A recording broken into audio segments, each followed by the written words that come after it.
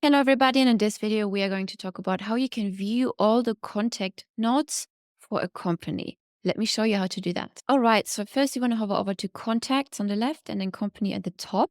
You want to select the company in question. And then at the top, you hover over to notes. And here you can see all the notes that have been added by the people who work in this company. Now, if you want to add a note manually, you can click on the Add Note button, top right corner here. Select your contact. Who are you? What kind of note do you want to add? And add your note.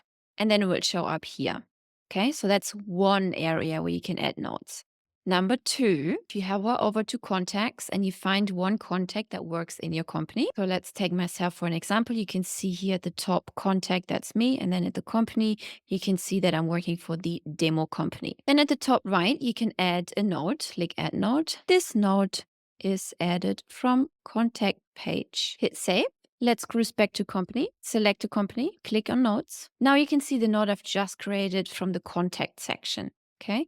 You can also filter notes by contact name. So hit filter, created at, you can select nearest first, or you can select a contact. So let's select the first contact first, hit apply. And now you can see there's only those three. It filtered through those 5 notes which we had before. Let me remove it so you can see. Now you can see 5 different notes, but if I want to just check notes from the other person, just hit apply and I can go through the notes like that. This is how you filter through notes. If several people from the same company have left notes and you want to work through those, you want to collaborate, you want to send each other different messages, and just be on top of your game, what is going on the particular project you guys are working at.